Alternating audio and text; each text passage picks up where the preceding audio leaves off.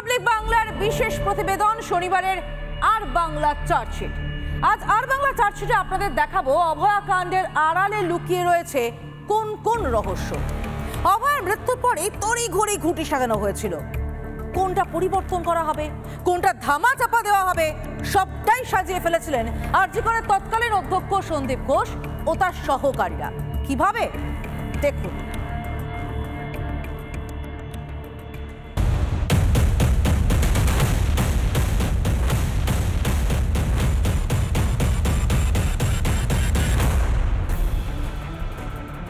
একটা একটা করে সন্দেহের গাঁট ছাড়াচ্ছে সিবিআই।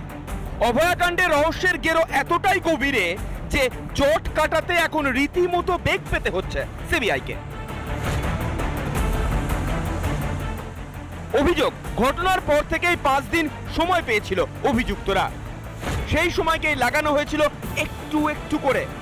রক্তের দাগ থেকে শুরু করে একাধিক তথ্য প্রমাণও নাকি লোপাট করা হয়েছিল সেই সময়। ফলে এখন সেই সব তথ্য প্রমাণ খোঁজার চেষ্টা করছে কেন্দ্রীয় তদন্তকারী সংস্থা। অভয়াকে ধর্ষণ করে খুন করার পর থেকেই নানান অসঙ্গতি ধরা পড়ছিল। কখনো দেখা গিয়েছে পলিসোনোগ্রাফি রুমের দেয়াল ভেঙে ফেলা হয়েছে, আবার কখনো আদালতে গিয়ে সিসিটিভি ফুটেজে টেকনিক্যাল গ্লিচ রয়েছে, এই তত্ত্ব সামনে আনার চেষ্টা করা হয়েছে। অর্থাৎ এটা স্পষ্ট, বারংবার বিভিন্নভাবে এই গোটা ঘটনাকে ধামাচাপা দেওয়ার চেষ্টা চালানো হয়েছে। তাহলে এটাই কি ধরে নিতে হবে যে যখন ঘটনা ঘটে তারপরে যারা অভিযুক্ত তারা এই পরিকল্পিত যে অপরাধ, সেই অপরাধকে ধামাচাপা দেওয়ার একটা মরিয়া চেষ্টা চালিয়েছিলেন? এই ইনডাইরেক্ট এভিডেন্সকে রিক্রিয়েট করতে গেলে ফরেনসিকের সাহায্য অত্যন্ত জরুরি। কারণ আমরা আবার বলছি যে বিশ্বাস করি পারফেক্ট ক্রাইম কিছু হয় না, কোথাও না কোথাও সূত্র থেকে যায়। আজকের অত্যাধুনিক টেকনোলজি, এই প্রযুক্তিবিদ্যার সাহায্যে, ফরেনসিকের সাহায্যে সে সত্য উদ্ঘাটন হয়। তদন্তে নেমে কেন্দ্রীয় তদন্তকারী সংস্থার হাতে আসে একাধিক তথ্য। তার মধ্যে দুর্নীতির গন্ধ পায় সিবিআই, যে দুর্নীতির হয়তো প্রধান কারণ হয়ে দাঁড়িয়েছিল অভয়াকে ধর্ষণ করে খুন কাণ্ডের।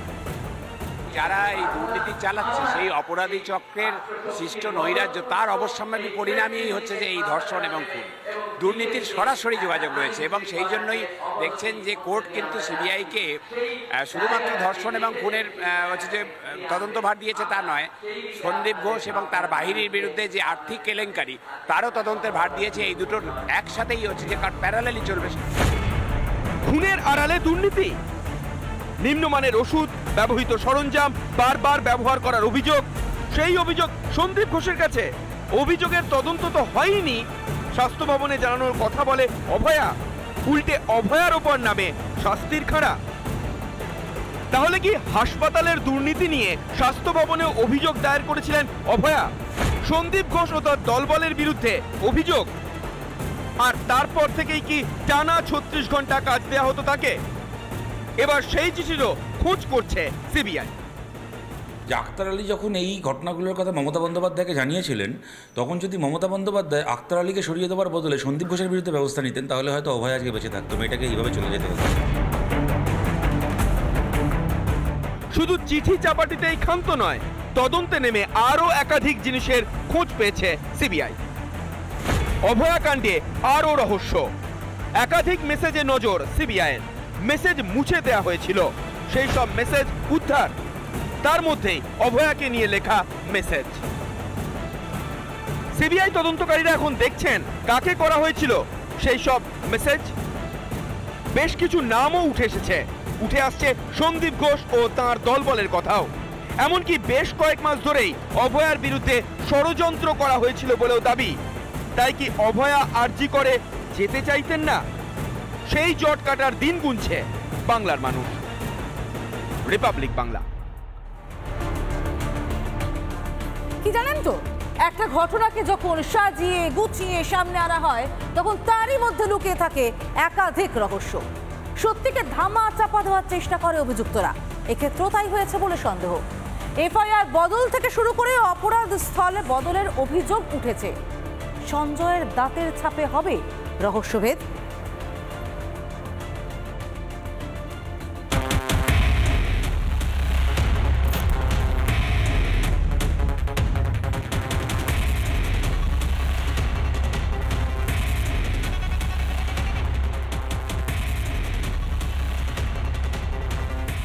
পেঁয়াজের খোসা ছাড়ানোর মতো একটা একটা করে তথ্য বাইরে বেরিয়ে আসছে। অভয়াকে খুনের পর তড়িঘড়ি ময়না তদন্ত করে তার দেহ নষ্ট করে দেওয়ার অভিযোগ ওঠে। পুলিশ দিয়ে তড়িঘড়ি দেহ দাহ করে দেওয়া হয়। অভিযোগ এতটাই গুরুতর হয়ে উঠতে থাকে যে তার সমাধান অধরাই থেকে যায়।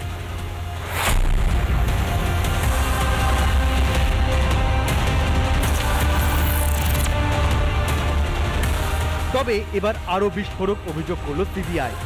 আদালতের কাছে পরিষ্কার করে দেওয়া হলো যে অভয়া কাণ্ডে ধৃতদের জিজ্ঞাসাবাদ করে উঠে এসেছে যে টালা থানায় বসেই এফআইআর বিকৃত করা হয়েছিল। খুব সুচারুভাবে অত্যন্ত দক্ষভাবে এভিডেন্স ট্যাম্পার করা হয়েছে। এই প্রত্যেক কটা, এই যে 5টা যে স্তম্ভগুলো বললাম যেগুলোর ওপরে দাঁড়িয়ে থাকে তদন্তের গতি প্রকৃতি বা সাফল্য, এই 5টা জিনিসকে দক্ষ পেশাদার লোকদের দিয়ে, অভিজ্ঞ লোকদের দিয়ে ট্যাম্পার করানো হয়েছে। তা সত্ত্বেও আমি আরেকটা কথা বিশ্বাস করি যে পৃথিবীতে আজ পর্যন্ত পৃথিবীর ইতিহাসে পারফেক্ট ক্রাইম বলে কিছু হয়নি। কোথাও না কোথাও অপরাধীরা কোনো না কোনো সূত্র ছেড়ে যায়, এবং সেটাই এখন সিবিআইয়ের দক্ষতা এবং পেশাদারি অভিজ্ঞতা এবং উৎকর্ষের জন্য একটা বড় পরীক্ষা। কারা বিকৃত করেছিল এফআইআর, আর কেনই বা বিকৃত করা হয়েছিল, এর কোনো সদুত্তর এখনো পর্যন্ত ধৃতরা কেউই দিতে পারেনি। আসলে সত্যটা লুকিয়ে রাখতে চেয়েছিলেন তারা, আর সত্যটা লুকিয়ে রেখে অপরাধীকে আড়াল করে যাতে তারা খুলে আম ঘুরে বেড়াতে পারে, এটাই হয়তো প্রচেষ্টা ছিল।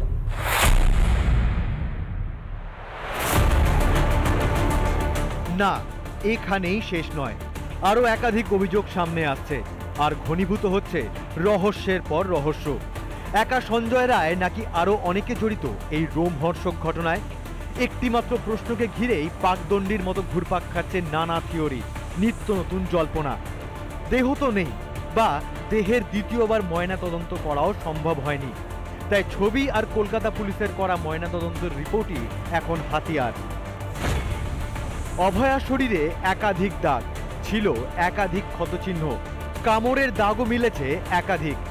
এভিডেন্স ট্যাম্পারিং করছেন যারা, তারা একটা অন্য গ্রুপের লোক। তারা চাইছেন যত এভিডেন্স ট্যাম্পারিংয়ের গল্পটা উঠবে তত ওনাদের কিন্তু সুবিধা হবে। হচ্ছে কোর্ট বলবে যে তাহলে পোস্টমর্টম রিপোর্টে যেগুলো যদি পাওয়া গেছে এটার সঙ্গে ওটা দেখতে হবে, বিচার করে কতটা ট্যাম্পারিং হয়েছে, কতটা পোস্টমর্টমে যে ফাইন্ডিংস আছে সেটা কতটা গুরুত্বপূর্ণ, এইগুলো দেখা হবে।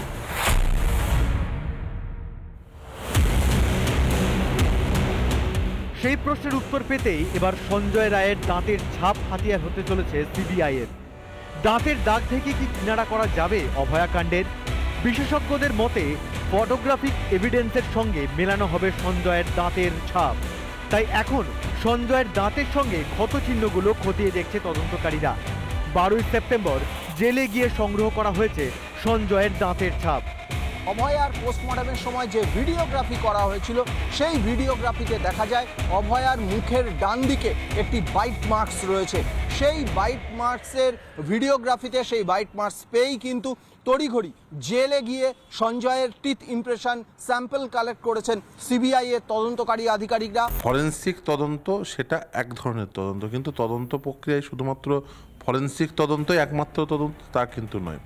দেখুন, rape is not a medical term, rape হচ্ছে একটা লিগাল টার্ম। এবং এই যে রেপের যে শুধুমাত্র ধরুন ওই বডি পুড়িয়ে দেওয়া হয়েছে মানে পুরো বিষয়টি শেষ করে দেওয়া হয়েছে, হ্যাঁ নিশ্চিতভাবেই দেহ সংরক্ষিত থাকলে অনেক বেশি সুবিধা হতো, তদন্তকারীদের অনেক বেশি হার্ডেল ফেস করতে হচ্ছে। কিন্তু আমি ওই যে বললাম তারা বিশেষজ্ঞ সংস্থা, এই জন্যই তো এই দায়িত্বভার তাদের হাতে দেওয়া হয়েছে। ফলে তাদের এখন প্রমাণ করতে হবে যে তারা কতটা এই তদন্তের ক্ষেত্রে তারা কতটা প্রফিসিয়েন্সি বা এফিসিয়েন্সি দেখাতে পারবেন, এই প্রমাণের দায় এখন সিবিআইয়ের। পুলিশ তদন্ত বলছে অভয়া খুনের একমাত্র জড়িত সঞ্জয়ই। কার স্বার্থে তবে তথ্য প্রমাণ লোপাট হলো?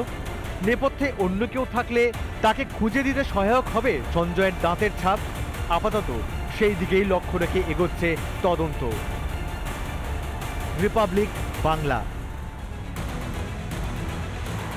কলকাতা পুলিশের ভূমিকা নিয়ে উঠতেই থাকছে প্রশ্ন, বিশেষ করে টালা থানার ভূমিকায় একাধিক প্রশ্ন সামনে আসছে। তাহলে কি সত্যি প্রথমে এফআইআরটা বদলে ফেলা হয়েছিল, আর তাতে প্রচ্ছন্ন মদত ছিল পুলিশের উপর মহলের? কেন এই প্রশ্নগুলো উঠছে সেদিকেই নজর রাখবো। কেন কাঠগড়ায় কলকাতা পুলিশ? তার কারণ হচ্ছে, প্রথম, দায়িত্ব নিয়ে তড়িঘড়ি দেহ দাহ করা হয়েছিল। দায়িত্ব নিয়ে তড়িঘড়ি দেহ দাহ হয়েছিল। তারপরের বিষয়টাতে যাব। অভিযুক্তের যে রক্তমাখা পোশাক, মোবাইল, সেই সমস্ত কিছু বাজেয়াপ্ত করতে দেরি করা হয়েছিল। অর্থাৎ অভিযুক্ত রক্তমাখা পোশাকগুলোকে আরো আগে বাজেয়াপ্ত করা উচিত ছিল। জেনারেল ডায়েরিতে লেখা অচৈতন্য দেহ উদ্ধার করা হয়েছে যখন মৃত অবস্থা উদ্ধার করা হয়েছিল অভয়াকে। দেহ সৎকারের পর দায়ের করা হয়েছে এফআইআর। দেহ সৎকার হয়ে যাওয়ার পর এফআইআর হলো, তার আগে হলো না। দৃষ্টি ঘোরাতে এফআইআরে ফাঁক রাখা হয়েছিল কি? দৃষ্টি ঘোরাবার জন্যই কি ধর্ষণের প্রমাণ লোপাটের চেষ্টা করেছে কি পুলিশ? প্রশ্ন উঠছে ময়নাতদন্তে ইচ্ছাকৃত দেরি করে প্রমাণ কি মুছে দেওয়া হয়েছিল? প্রশ্ন উঠছে এখানেই কি তাহলে, এই যে এতগুলো বিষয় বললাম, এখানেই কি তাহলে রহস্য মূলত লুকিয়ে রয়েছে? কেন? যে কথা তদন্তকারীরা আদালতেও বলছেন, তারাও কিন্তু পরিষ্কার বলছেন যে আদালতে এই কারণে কোথাও কিন্তু সমস্যা হচ্ছে। অপরাধী অপরাধ করে কিন্তু বুঝতে পারে না, অপরাধ ধামাচাপা দেওয়া যায় না, শাস্তি পেতেই হয়। অভিযোগ প্রমাণিত হলে, আর এক্ষেত্রে তো মৃত্যুদণ্ডও হতে পারে। এবং সেখানেই প্রশ্ন উঠছে, এই যে তদন্ত, এখানে কি কোথাও অপূর্বর ফোনও বড় ভূমিকা পালন করবে? সেই ফোনেই কি রহস্যের উদ্ঘাটন হবে?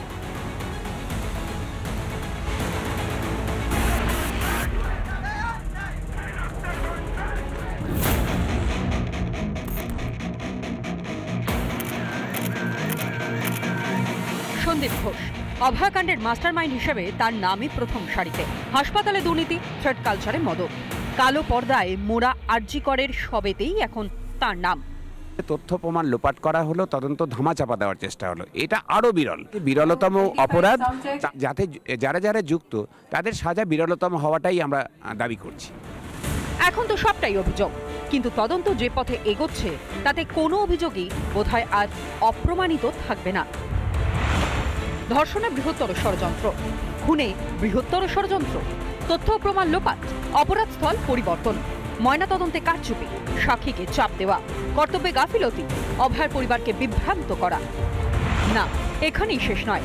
এবার খুন ও ধর্ষণের মামলায় সন্দীপের জামিন খারিজ করে বিস্ফোরক মন্তব্য করল আদালত। আদালতের নির্দেশনামায় স্পষ্ট উল্লেখ, অপরাধ প্রমাণিত হলে মৃত্যুদণ্ডও হতে পারে সন্দীপ ঘোষের। একদম ক্যাপিটাল পানিশমেন্ট। তার কারণ এই অভয়াকাণ্ডে আপনি ধর্ষণ হয়ে খুন হয়েছে, এটা rare of the rarest case. তার কারণ হাসপাতালের অভ্যন্তরে একজন মহিলা চিকিৎসক তিনি ধর্ষিতা হয়ে খুন হয়েছেন। খুব স্বাভাবিকভাবেই এই ধরনের ঘটনা তো ঘটে না, এটা রেয়ার অফ দ্য রেয়ারেস্ট ঘটনা হিসেবে নিশ্চিতভাবেই দোষী ব্যক্তিদের শাস্তি ফাঁসি হওয়া উচিত, এবং সেই ক্ষেত্রেও হয়তো সেটাই দেখা যাবে।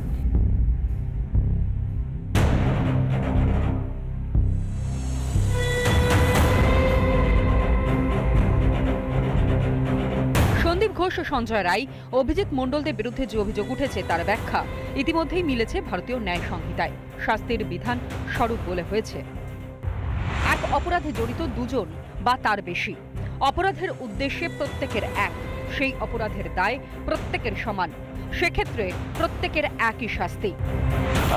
সেই অর্ডার কপি আমার কাছে আছে।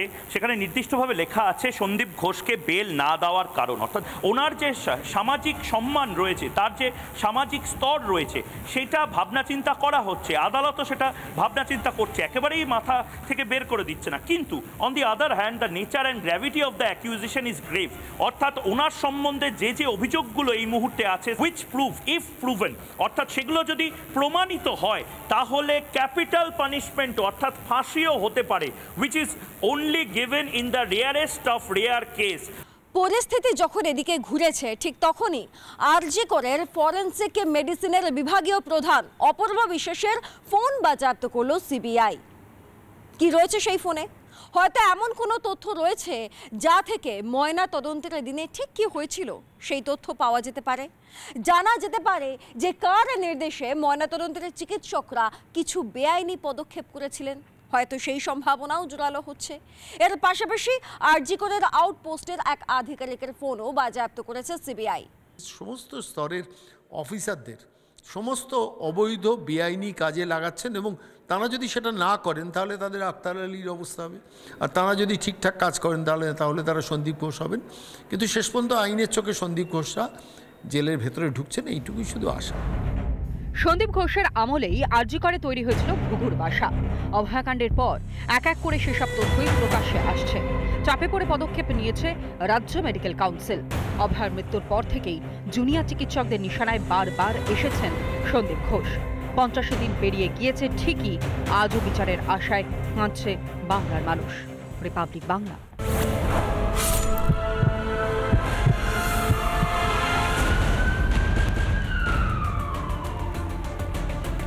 আমাদের নজর থাকবে অভয়াকাণ্ডের উপর, আমাদের চেষ্টা থাকবে যাতে সঠিক বিচার পায় অভয়া।